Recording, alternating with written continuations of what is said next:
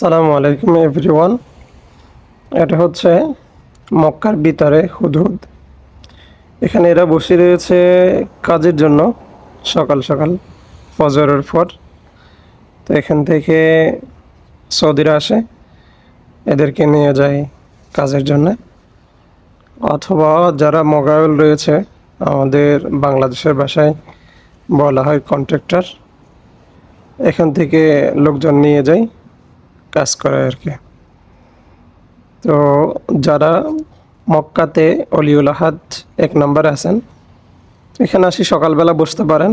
বসে কিছু সময় ঠান্ডা ঠান্ডা বসবেন। বসার পর সৌদিরা আসবে, নিয়ে যাবে। গাড়ি আসবে, গাড়ি আসলে যায় সেখানে বলতে হয় কী কাজ, কী আসে বিষয়। তো এখান থেকে যাদের কাজ নাই, এখানে আসি বসতে পারেন। সকালে সন্ধ্যায় কাজ ইনশাল্লাহ হয়ে যাবে।